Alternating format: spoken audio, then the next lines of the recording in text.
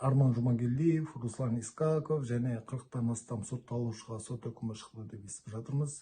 6 жылдан аяғы 20 жылға дейінгі бас бостандығынан айыруға жаза кескен, бірнешеу азаматты сот залынан босатқан. Алайда бұл сот жабық болды. Енді қаңтар оқиғасынан кейін 22 жылы сол қаңтар, ақпан айларында тергеу жұмыстары басталса, 2023-тің қыркүйегіне дейін тергеу жұмыстары жалғасты.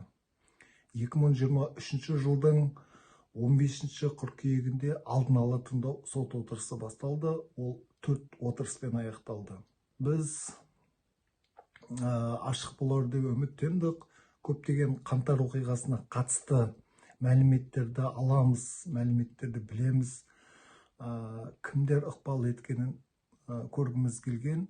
Алайда 3-ші алдын ала тыңдау сот отырысында Искаков, сол кездегі ұлттық қауіпсіздік комитетінің 5-ші департаментінің басшысы, мен Самат Әбіштің бұйрығын орындадым деді. Содан кейін судья Аширбеков сот талқылауын жабық түрде өткізуге қаулы шығарды. Мүмкін жаңа Руслан Искаковтың сөзі әсер етті ме, оны біле алмадық, мен солай ойладым. Одан кейін сот талқылаулары жабық түрде өте бастады. Руслан Искаковтың «Новая газета» басылымына берген хаттары жарияланды. Онда өздерін жаңағы қорғаушы, құтқарушы, көмектесуші қылып көрсетеді. Бірақ біз соны сот талқылауында көруіміз керек еді. Алайда оған мүмкіндік болмады. Арман Жұмагелдиев қаңтарда қайдан пайда болды деген сұрақ әрбіріміздің көкейімізде қалды. 5-ші қаңтар күні түстен кейін алаңға келген. Ол осыған дейін әлеуметтік желілерде мен Қазақстанға бара алмаймын, мен сыртта жүрмін деп бір Инстаграм парақшаларында айтқан сөздері содан кейін шыға бастады. Ойлап қарайықшы, шынымен де бұл қайдан пайда болды? Қазіргі уақытта бір YouTube арналарда ма Арман Жұмагелдиевтің осы жабық сотта сөйлеген сөздері шығып жатыр.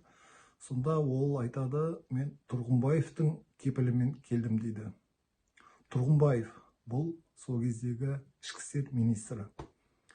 Тұрғынбаев неге Арманды кепіл берді? Қазақстанға келуге неге қалай қорғаныш болды? Біз осы жақтарын көргіміз келген.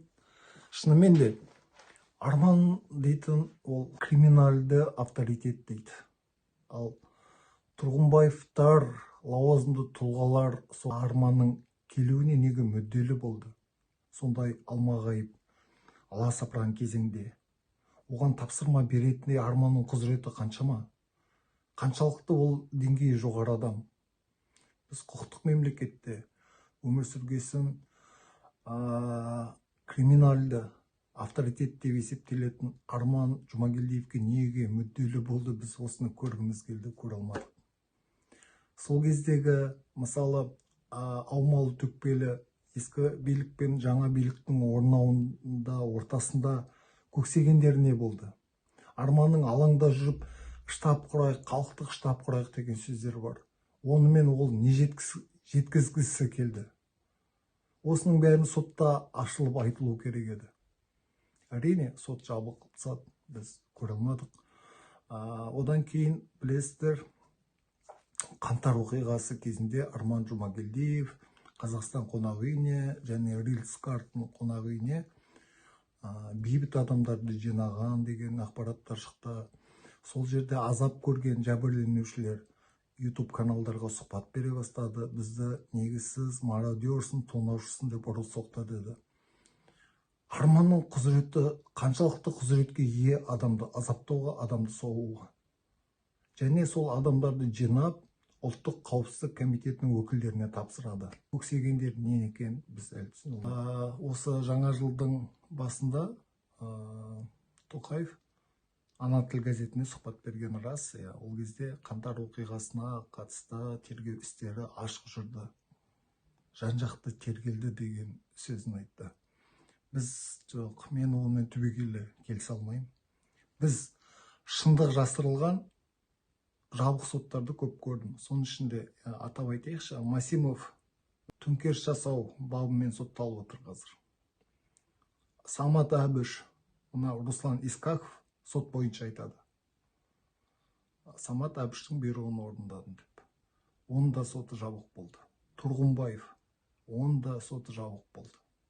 Енді Дикий Арман лақабатымен танымал Арман Жұмагелдиевтің сотында біз көптеген нәрселерді көреміз, және кімдердің бұйрық бергенін, кімдердің тапсырмасын орындағанын көргіміз, естігіміз келген, оны да жабық қылып тастады. Сондықтан шындық жасырылған жабық сот деп атадым. Бұларды мен президент Тоқаевтың айтуына мүлдемен келісе алмаймын. Бекеев те тергелсе, жан-жақты тергелсе, бұлардың бәрі халықтың қатысуымен, құқық қорғаушылардың баспасөз құралдарының қатысуымен, араласуымен бұл сот отырысы өту керек. Сонда біз толықтай қаңтардың картинасын көріп баға беретін едік. Масимовтың соты жабық болды. Самат Әбіш, Масимовтың бірінші орынбасары 8 жылға шартты жазамен. Тұрғынбаев 5 жылға шартты жазамен. Ойлап қарайықшы. Сонда біз тек мына бейбіт митинг деп барған, немесе қызық көруге барған адамдарды аяусыз соттадық та. Олар түгілі күшті құрылым, КМБ дейміз ғой. Алматыда 11 КМБ қызметкерінің сотында жабық қылып тастады. Міне, ақиқат, қаңтардың ақиқаттары, қаңтар оқиғасының нағыз шындықтары сол соттарда айтылу керек еді. Олар да енді кейбіреуі тапсырма орындап жазғысыз күйіп батқасын, ол көптеген нәрсені айтуға мүмкіндіктері бар еді. Біз соны естуіміз керек еді. Ал мына жаңа Қазақстан деген, президент Тоқаевтың жан-жақты тергелді деген сөзін осындай жабық соттардың арқасында біз ол сөздерді растығына мен сене алмай тұрмын.